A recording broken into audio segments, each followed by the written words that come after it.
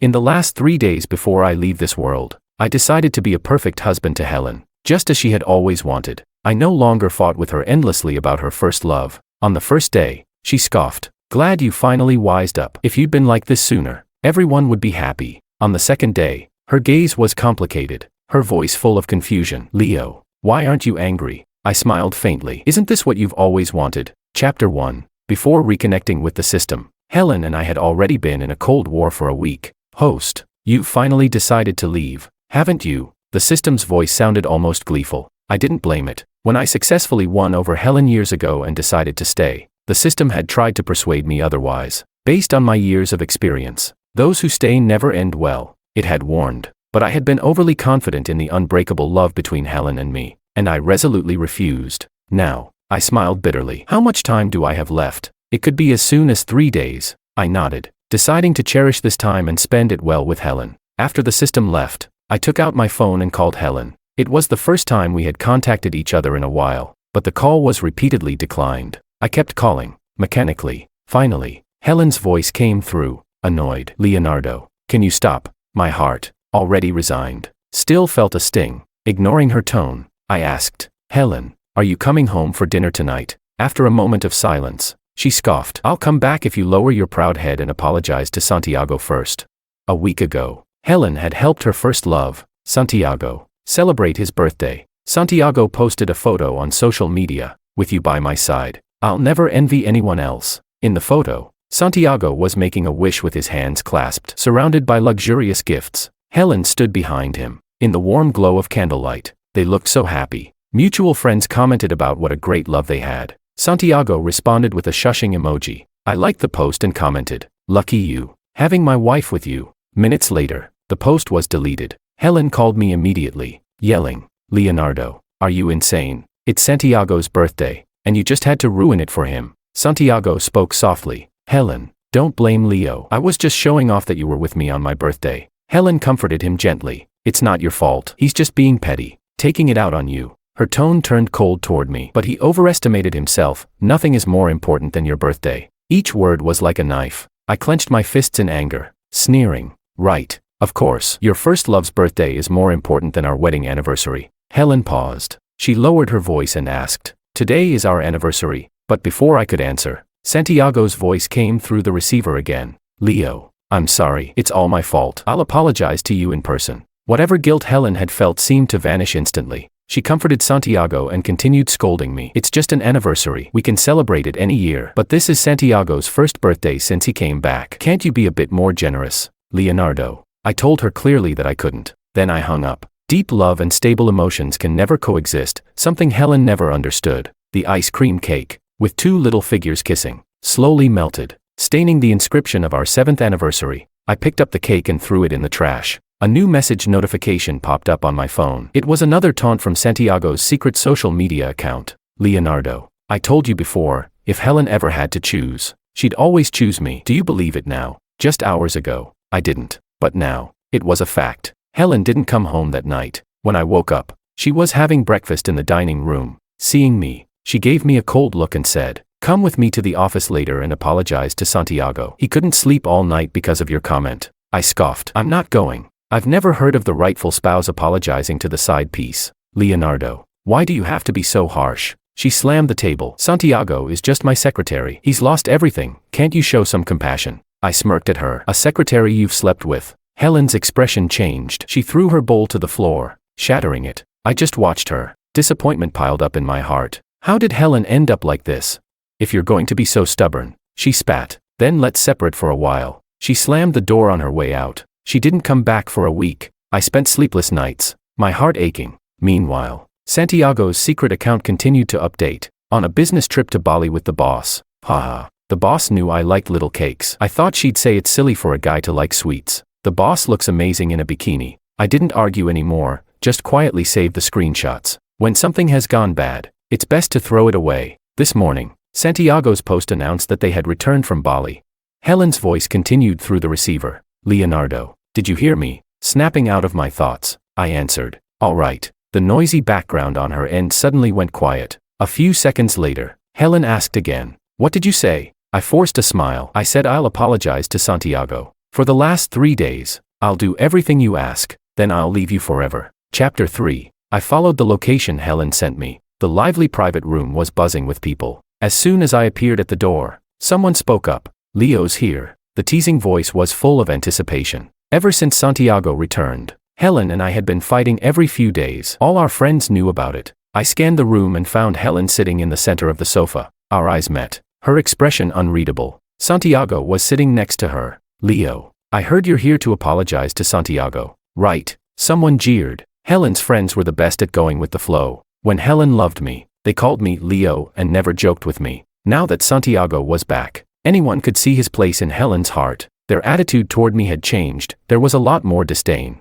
I stepped forward. Glancing at the wine glasses filled on the table, I picked one up lightly. To show my sincerity, I'll drink this glass as an apology to Mr. Han. Helen tilted her head, silently watching me. The people around us were all excited, as if they were watching a show. Leo, what are you doing? Santiago suddenly stood up and grabbed the glass from my hand. Leo, you had every right to scold me. You don't need to apologize. But his expression said otherwise. He looked like I had forced him. A flicker of pain flashed in Helen's eyes, and she stood up, urging him to sit back down. If he misunderstood you, he should apologize. I'm here, so there's nothing to worry about. Santiago looked gratefully at Helen, then after a few seconds turned to me. Then, Leo, just drink this glass, and all our misunderstandings will be cleared. He smiled and handed me the glass. Leo, you're not upset now, are you? I looked at Helen and gave a faint, indifferent smile, taking the glass. Of course not. I raised the glass. Everyone here, be my witnesses. Previously, I misunderstood Helen and Mr. Han's relationship,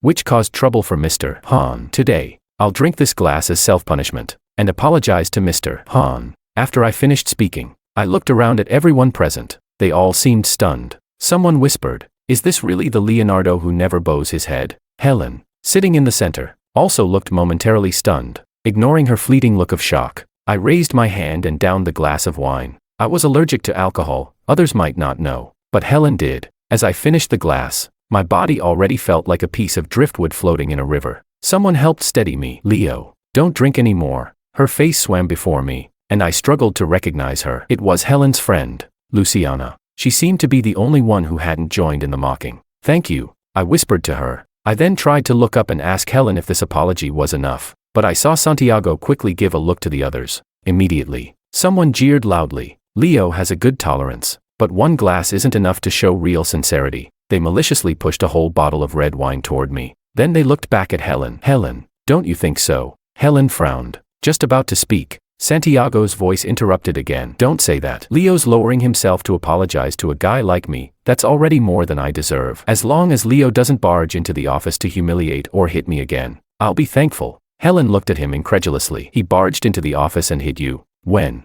Her voice rose, and the entire room went silent. Chapter 4. It was on my first day as your secretary, Santiago said. Anger rose in Helen's eyes as she turned to look at me. I admitted calmly. That's right. I did go that day. Before that, I had argued with Helen countless times because of Santiago. In the dead of night, Santiago would call her to accompany him to the hospital for stomach pain. When buying clothes, Santiago would send pictures to ask her which one looked best. We argued. We fought. Helen, can't you care a bit more about my feelings? I love you. I can't help but mind you being so close to another man. It hurts me too. You know you're the most important person to me in this world, she had said. She promised to keep her distance from Santiago. But just a few days later, I received a message from Santiago. Leo, what's the point of trying to stop me? As long as I say a few words. Helen still made me her secretary. I thought he was lying, trying to stir up trouble. I believed Helen wouldn't deceive me. But still, with a trace of unease, I went to Helen's office quietly, and there I saw Santiago, sitting in the secretary's office. He propped up his hand, looking smug. Leo, check out my watch. Helen gave it to me as a welcome gift. His smug face disgusted me. I raised my hand and punched him. Santiago, picking up someone's leftovers, aren't you disgusted? He rubbed his face but looked at me with an arrogant smile. Leo, are you scared because you feel like you're losing Helen? Now, Santiago touched his unmarked cheek and said, Leo only punched me once. I'm a grown man. One punch is nothing if it calms him down. Helen's face darkened as she looked at me, eyes filled with rage as if to swallow me whole. Leonardo, I thought you were just possessive and couldn't handle Santiago's return, but I didn't expect you to be someone who would fly into a rage and hit others. Her cold voice showed no compassion. I think even drinking the whole bottle is too lenient for you. I looked up in shock. Is that really how you see me? Helen scoffed. Actions speak louder than words. You know I can't drink. I stared at her. Helen sneered. Then what are you here for today? She looked toward the door behind me. If you're not here to apologize, you can leave now. My heart felt like it was being stabbed by 1,000 needles. It was as if a hand had clenched around my heart, making it hard to breathe. I was surprised to realize that before coming here, I thought I was ready to leave this world, but it seemed there was still a sliver of hope in my heart. Maybe it was all a misunderstanding. Maybe she still loved me, but that bottle of wine crushed that last bit of hope. Helen, I won't love you anymore. I smiled at her. If I drink this bottle, will you come home with me? Santiago also looked up at her. Helen's eyes gave nothing away as she slowly said, the person you need to apologize to is Santiago, not me, Leonardo. Adults should take responsibility for their actions. I swallowed the bitterness in my throat and nodded. All right. But in the next second, the bottle was snatched from my hand. Leo, drinking a whole bottle could kill you. Helen pursed her lips, ignoring her, and just looked at me. Leonardo, the choice is yours. I'm not forcing you. My heart had already been shattered into pieces, and now, I didn't even feel the pain. I'll drink. I took the bottle from Luciana, quietly thanked her again, and put my mouth to the bottle, gulping it down. In my daze, I seemed to see Helen pushing through the crowd, walking toward me. The bottle was taken from my hand, and my body fell heavily. Helen, this wine is damn bitter. Chapter 4. In my dream, it felt like I had returned to 7 years ago. I had just arrived in this world. Back then, Helen was repressed, in pain, and hated everyone around her. She was an illegitimate child, brought back to the Ku family only after her mother passed away. The system reminded me of the story's background. When Helen was a child and first returned to the Ku family, she wasn't liked by the other children from prominent families and was often bullied. One time, when a group of these children were shooting her with water guns, Santiago, dressed in a little suit, stepped forward to defend her. This became a cherished memory that Helen would never forget. But what she didn't know was that Santiago was only doing it to impress the heroine who was watching from a distance, trying to appear brave and kind. Helen, in all this, was merely a tool. When I arrived,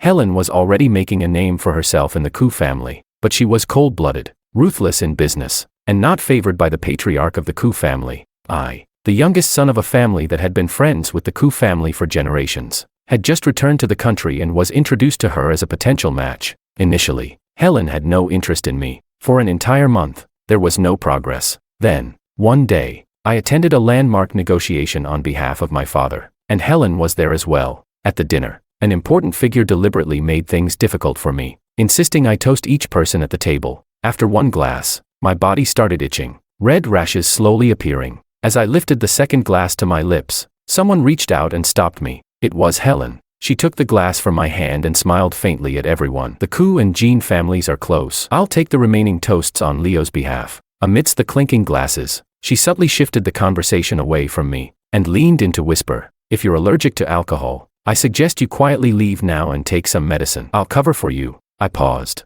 looking up at her, but her eyes had already brightened as she smoothly joined in the conversation with everyone else. Confident, poised, at ease. In that moment, I knew I had fallen for her. I began deliberately showing up around her, slowly softening her sharp edges, helping her build a closer relationship with the Ku family patriarch. I also used connections from the Jean family to help her secure one contract after another, increasing her influence within the Ku family. Our joint efforts left footprints across the globe. During a negotiation in Southeast Asia, we got caught in a crossfire between local factions. We were trapped for 3 days and nights. As we were about to leave the jungle, we encountered bandits. I stepped in front of her, and a bullet hit my left chest. In that critical moment, the backup we had arranged finally arrived, rescuing us from the group of desperados. In the car that took me to the hospital, Helen's eyes were swollen from crying, her tears falling heavily onto me. She was trembling all over, asking why I was so foolish, begging me to hold on. She said, we haven't had our wedding yet. You haven't become my husband. You can't die. At that moment, I really thought I would die on that land. I raised my hand to touch Helen's face and forced a smile. Don't cry, Helen. I came to this world just for you. At the same time, the system notified me, host, progress is at 100%. Congratulations. You've succeeded. Luckily, the bullet hadn't hit a fatal spot, and I survived. After 3 months of recovery, I married Helen in a grand wedding that made headlines worldwide. On countless nights after we were married, during our passionate moments, she would repeatedly tell me she loved me. By then, Santiago had already married the heroine overseas. I thought there would be no more complications in our world. In a daze, I felt someone trying to undress me. I pushed her away forcefully. Don't touch me. The person hesitated, her hand pausing over the scar left by the bullet. The wound had long healed, new flesh growing over it, but the memory of that moment was forever etched onto my body. She seemed stunned for a long time. She coaxed softly. Stop fussing. Let's get you changed and take a bath. She kept muttering things I couldn't make out. I covered her mouth. So noisy. Then suddenly, I felt a surge of sadness and gave a bitter laugh. She asked what I was laughing about. I said, my wife has fallen for someone else. I love her, but she doesn't love me anymore. She seemed stunned. After that, I don't know what happened. I fell into a deep sleep. When I woke up again, it was already daylight. Sunlight filtered through the curtains. Light and shadow danced across the bedroom. The system's voice spoke up. Host, you have to leave tomorrow. Do you have any regrets? It reminded me. Helen is just outside. As soon as the system's voice faded, Helen appeared at the door with honey water. She spoke softly, her expression somewhat unnatural as she looked at me. Leo, you're awake. Chapter 5. I didn't take the glass, instead drinking from Helen's hand. This kind of intimacy was something we hadn't shared in a long time. After Santiago came back, I found Helen repulsive, and we had been sleeping in separate rooms. Helen's eyes brightened, and a smile appeared on her lips. You knew you couldn't drink, but you insisted, she said, her voice laced with reproach. But almost immediately, she seemed to remember that she had been the cause of it all. She fell silent, a trace of guilt flashing in her eyes. It seemed like she was waiting for my usual sarcastic response. This was the way we had interacted most often recently, but I only smiled apologetically. You're right, I won't do it again. Helen looked up at me, surprised. She wanted to say something, but her mouth opened and closed without a word. I spoke first. Helen, will you come with me to see Grandpa today? She nodded immediately. Of course. Grandpa has been asking about you for a while now. We went to the supermarket together, holding hands as we walked to the health supplements section. I carefully picked out one item after another. Every now and then, I would ask for her opinion. After several times, she laughed helplessly. Are you planning to buy out the whole supermarket? I looked over and realized that the supplements I had chosen were already piled into a small mountain. Helen continued teasing. Looks like we brought the wrong car today. Should have brought a truck instead of the Bentley to carry all your loot. I smiled. Better to buy more now, so Grandpa won't run out later. We can always come back if we need more. She replied casually. I smiled without answering, just lowered my head and continued picking out items. But somehow, I felt a pair of eyes watching me, scrutinizing me. I didn't want to think too much about it and ignored it. Once I was done, I asked Helen to call the housekeeper to pick up the supplements. We only carried the best 2 items ourselves. When we reached the underground parking lot, I suddenly exclaimed, oh no, I forgot. Helen, seeing my anxious expression, quickly asked what was wrong. I immediately opened the car door and got out. I forgot to buy knee pads and a back brace. Grandpa's knees and back aren't in great shape. Helen followed me out of the passenger seat, grabbing my hand with an exasperated smile. It's still hot now. He doesn't need knee pads or a back brace yet. I shook my head. He'll need them when it gets cold. I ignored her attempts to stop me and kept walking toward the supermarket entrance. Helen caught up, still holding on to me. Leo, why are you in such a hurry? She was smiling gently, but I could see the unease deep in her eyes. I'll come with you to buy them in the winter. Okay. Without waiting for my response, she pulled me back to the car. Helen, forget it. I sighed inwardly. I was leaving tomorrow, and I didn't want to argue with her. Chapter 6. The car re-entered the main road, and Helen remained silent. The quiet atmosphere was somewhat awkward. I drove, my eyes unintentionally landing on the car ornament. Helen noticed and quickly explained. Santiago changed it last time he was in the car. I'll replace it with the original 8 auspicious symbols when we get home. I paused, then spoke slowly. No need to change it. This little rabbit is quite cute. The yellow light ahead turned red. I stopped the car, and Helen tilted her head to look at me, her eyes filled with questions. What's wrong? I asked. She frowned slightly. You're not angry. Before, whenever Santiago's things were around me, you would get mad. I smiled faintly. So that was it. Now that I didn't care, how could I be angry? I was wrong before. I looked calmly at the license plate of the car in front of us. You and Santiago have a bond from growing up together. Now that he's divorced, back home, and lost everything, I should be more sympathetic and considerate toward him. I shouldn't have made a big deal out of it before. I sighed softly. Helen's frown deepened. But the 8 auspicious symbols were something you personally knelt and prayed for. You really don't mind. The light ahead turned green, and I didn't answer, instead starting the car again. But in my heart, I asked myself, did I mind? My thoughts drifted back to the day I went to Mount Wutai. At that time, Helen had already fully taken control of the Ku family, but there were still many on the board who were unhappy with her. Why should a woman be in charge? Why should they be under her? Every now and then, There would be assassination attempts. I was terrified she would get hurt. So I made a special trip to Mount Wutai. I knelt and bowed 3 times, repeatedly praying in my heart for the gods to protect Helen and keep her safe. The 8 auspicious symbols ornament, blessed by the monks, was also obtained then. The 8 auspicious symbols include the parasol, golden fish, treasure vase, lotus, white conch, endless knot, victory banner, and golden wheel. They symbolize complete blessings and the ability to turn misfortune into good fortune. The entire journey involved 1,080 steps, which left my knees and forehead bruised and scraped. When I returned with the blessed item, Helen found out. She tenderly applied ice to my bruises, kissing the corners of my mouth. She took the 8 auspicious symbols ornament carefully and said that as long as it was there, she would be safe. Now, the ornament had disappeared, and I wouldn't ask about it again. The Helen I had loved wholeheartedly was the one who was passionate and wonderful, not the one now, wavering and indulgent of Santiago's provocations.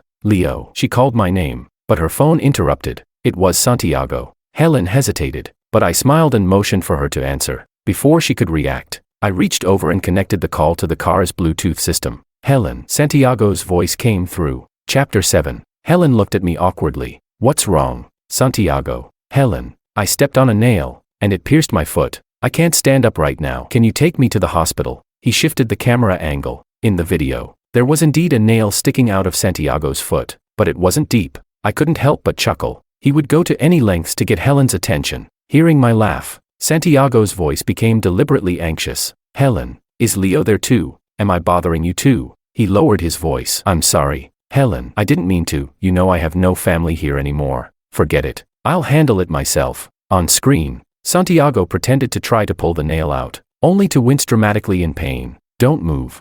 Helen placed her hand on the car door handle, instinctively wanting to get out, but in the next moment, it was as if she remembered something. She spoke gently to Santiago. Leo and I have some things to take care of right now, so I can't come. I'll call Luciana to go over. I looked at Helen in surprise. The video call ended. Helen blinked awkwardly. Why are you looking at me like that? Before I could answer, a sarcastic laugh escaped me. So, she knew how to say no. She could see through Santiago's little tricks. What, then, had all our arguments and her repeated defenses been for? Seeing I wasn't answering, she dialed Luciana's number on her own, asking her to check on Santiago. Luciana shot back. Girl, I can help you with other things, but I can't do this. Just seeing that green tea guy makes me sick. You always pity him, but his misery isn't Leo's fault. Don't blame me for not warning you. If you keep letting him lead you by the nose, you'll end up really hurting Leo one day. The system suddenly spoke. Host, this Luciana is a true friend. The unexpected voice startled me, and I almost crashed into the car in front of us. Helen was the one who steadied the steering wheel, preventing the crash. I instinctively thanked her. She looked momentarily surprised, then said, Leo, we're husband and wife, no need to be so formal. I composed myself. I need to focus on driving. Just as we were about to reach the Ku family estate, Helen's phone rang again. It was Santiago. Helen showed a flash of irritation as she answered. What now? Her cold tone seemed unfamiliar to Santiago. He was silent for a few seconds. Helen, are you really not going to help me? Chapter 8. We were almost at the old estate. Helen looked conflicted. I smiled at her. Go see Santiago first. He's hurt and needs someone with him. She looked at me sadly. You need someone too, Helen. Santiago's voice suddenly rose. You promised me when we were kids that you'd always be there whenever I needed you. Did you forget? Helen's body stiffened, and she instinctively looked at me. I chuckled. Indifferent. We're not far from Grandpa's. You drive, and I'll take a cab. Helen wanted to say more, but I was firm. She agreed to go to Santiago, but insisted on taking me to the estate first. When we arrived at the entrance, she stopped. Leo, how about you go see Grandpa first, and I'll be back soon. I watched her get into the driver's seat and start the car without wasting a second. The shadow of her car grew smaller and then disappeared from my sight. Helen, goodbye. My phone vibrated with a notification. It was a private message from Santiago. Leonardo, do you think relying on that old man will keep Helen? You've lost. I typed calmly. Are you sure? I had leaked today's schedule with Helen to Santiago. Him calling on the way was also part of my plan. Even though this same scenario had played out countless times, I didn't mind one more. When I leave this place, it will deepen Helen's guilt and regret. From her reaction earlier, it was clear she still had feelings for me. Maybe, if I had asked her to stay today, she would have ignored Santiago and stayed with me. But that late awakening, I'm disgusted by it. I'm curious to see if she'll still feel so confident after today. My thoughts were interrupted as Grandpa came out of the estate, leaning on his cane. His gray hair glistened in the sunlight. the old man who had given me the most love and care in this world. It was finally time for our last goodbye. No one would guess that this kind and amiable old man had once been a powerful figure who navigated both legal and illegal worlds. Take a good look. Isn't it true that our Leo's grown some gray hair too? Grandpa laughed, addressing the housekeeper beside him. I was confused by his words. The housekeeper laughed and explained. The old master is saying that Mr. Gene is still so young. Why has he suddenly become so talkative? I couldn't help but laugh. Tomorrow I'd be leaving this world for good, and I couldn't help but say a few extra words. I hadn't expected this old man to tease me for it. Night slowly fell. By the time I was about to leave, Helen still hadn't come. Grandpa cursed a few times and immediately told the housekeeper to call her and have her come for a scolding. The system chimed in. Don't worry, host. I've blocked Helen's phone. Sure enough, the housekeeper shook his head helplessly. Grandpa grew more furious. Find out where she is right away. Seeing his anger, I hurried to pat his back and calm him down. He looked at me, concern in his eyes. How long has she been ignoring you like this? I smiled bitterly, shaking my head. No, Grandpa. Helen's just busy today. You're still defending her. Grandpa grew even angrier. I knew the more I pretended to be magnanimous now, the harsher the punishment for Helen and Santiago tomorrow would be. After all, everyone in the Koo family knew that Grandpa favored me far more than Helen. After settling Grandpa into his room, the system explained. Host, Helen didn't mean not to come. I made her car's tires blow out. It paused. 3 cars in a row. I refused Grandpa's offer to have someone drive me. Helen will be here soon. Tell Grandpa not to worry. Then, I slowly walked out of the estate, according to the plan between me and the system. Shortly after leaving the estate, I would be intercepted by robbers and killed. Chapter 9. As the cold blade pierced my abdomen, the system detached my consciousness from my body. Bright red blood flowed down the knife, staining the asphalt beneath me dark. Thankfully, I didn't feel any pain. The system manipulated my phone to dial Helen for one final call. She couldn't answer. In the nights to come, she would remember again and again how she abandoned me for Santiago, and how she didn't answer my last desperate call, losing the chance to save me. The robbers panicked when they realized they had killed someone and fled. Minutes later, my phone buzzed. Wife calling, but no one would ever answer again. My body lay twisted in an unnatural position, ribs and knees broken. The robbers, wanting to leave no trace, slashed over a dozen times. The system couldn't bear to watch, covering my eyes. Sorry, I might have gone too far, it said. I shook my head. It's all right. Otherwise, how would Helen be haunted by this forever? The phone kept buzzing insistently. I watched in silence. The system had told me that on my last day in this world, I would exist as a soul. Chapter 10. 2 hours later, Helen followed the phone's GPS to find my body. The scene before her left her utterly frozen. Helen reached out in disbelief, her trembling hand checking my breathing. The emptiness she felt made her entire body shiver. She collapsed to the ground. The system spat. What's the point of looking so regretful now? Leo, wake up. She sobbed uncontrollably, pressing her hands against my wounds. But there were too many, and the blood had long since drained away, though my soul had left my body. Seeing the jagged cuts still made my heart ache. Helen tried to lift me, to carry me to the hospital, but how could she possibly manage? Bring the car here, she screamed. The housekeeper, sent by Grandpa to search for me, quickly brought the car over, but upon seeing my state, he gasped, Mr. Gene, he's badly hurt. The system and I sat in the back seat, watching as Helen floored the accelerator, running red lights one after another. The housekeeper, terrified, pleaded with her to slow down, to be careful. Helen snapped back at him every time. On our way to the hospital, all the specialists from the Koo family's private hospital were called in. She placed me on a hospital bed, her eyes red as she warned them. This is my husband. I don't care what you have to do, save him. The team of specialists, all over 40, took turns trying, but they could only shake their heads in despair at my lifeless body. One of them gently advised, Miss Koo, it might be better to find a good mortician to make sure Mr. Gene looks presentable. What did you say? Helen's eyes, swollen from crying, widened in disbelief. You haven't even tried resuscitating him. How dare you declare him dead? If Leo can't be saved, you'll all pay with your lives. The specialists, pressured by her authority, reluctantly moved me to the ICU, attempting futile efforts. The system covered its ears. Host, she's lost her mind. I was amused, but my smile was interrupted by a sudden commotion. Grandpa had arrived. His hunched frame shook uncontrollably, his cane striking the floor heavily. How could you make Grandpa bury his own grandson? My eyes stung with tears. I whispered an apology. Sorry, Grandpa. I broke my promise. I won't be able to visit you again. In the next moment, Grandpa's cane was thrown forcefully at Helen. It's all your fault. Grandpa pointed a trembling finger at her. his voice filled with fury. I just found out you've been spending time with that Han boy recently. Leo was so heartbroken, yet he still defended you in front of me. He approached Helen, trembling, and slapped her. Do you think you're worthy of Leo? Have you forgotten he's not only your husband but also the one who saved your life? Those words left the elderly man nearly breathless. The specialists rushed to provide first aid for Grandpa. Helen collapsed on the floor, her vacant eyes staring at my body, tears streaming down her face. I thought you'd never leave me, Leo. I was wrong. I regret it. Please, wake up and talk to me. The ICU was deathly silent. The only response was the echo of her heart-wrenching cries. Chapter 11, Helen's Perspective. Helen easily unlocked my phone. The password was the date of our wedding. Her hand trembled as she lit up the screen, and the first thing that appeared was the private message interface on Weibo. With just one glance, Helen felt as if she'd been electrocuted, frozen in place, her eyes full of shock. She slowly scrolled through the screen. The provocations and insults from Santiago over the past few months unfolded before her, one by one, without a single word missing. In that moment, Helen's world seemed to completely collapse. She watched the indulgence she had once shown Santiago transform into countless venomous snakes, biting into her husband. A vibration came from WeChat, and Helen switched to the WeChat interface. It was a message from my personal doctor, Mr. Jean. Why haven't you come for follow-up treatment recently? She scrolled up. Soon, she found the diagnosis that confirmed I had severe depression. Diagnosis: extreme emotional distress, complete lack of vitality, frequent feelings of helplessness and despair, suicidal ideation, significant sleep disturbances. Helen looked at the date of the diagnosis. It felt familiar. Suddenly, she remembered. That was the day Santiago joined Q Corp as her secretary. The doctor had asked, "Why do you feel this way?"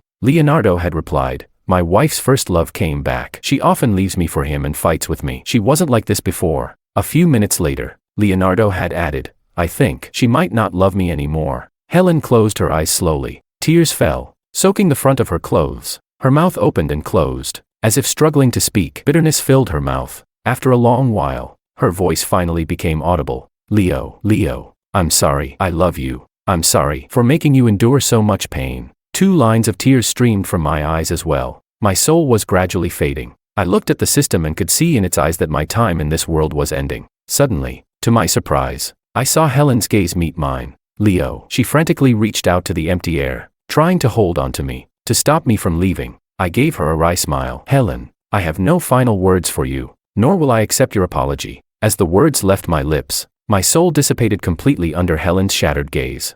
Chapter 12. When I woke up again, I was in a hospital bed. The orphanage director, my foster mother, was crying with joy. "Leo, you're awake." She didn't have time to talk to me. She ran to call for the doctor. That's when I remembered that in my original world, I had died saving someone. My soul had entered the book Transmigration Bureau. The director told me that anyone who died saving someone was given a chance to be reborn. All I had to do was complete the mission assigned during the book Transmigration, and I could be reborn in my original world. In the real world, people often called this a medical miracle. My transmigration mission was to win over the obsessive supporting character, Helen. After recovering and being discharged from the hospital, I returned to the orphanage, continuing my work as deputy director. I had been thrown here as a baby, and I stayed on as I grew up, helping to raise more children. That night, after all the kids had gone to bed, I brewed a pot of tea and sat in the yard for one final chat with the system. "Host, Santiago is dead," it said. Huh. I was surprised. Why? Those robbers already had blood on their hands. I made sure that when Ku Grandpa caught them, they implicated Santiago.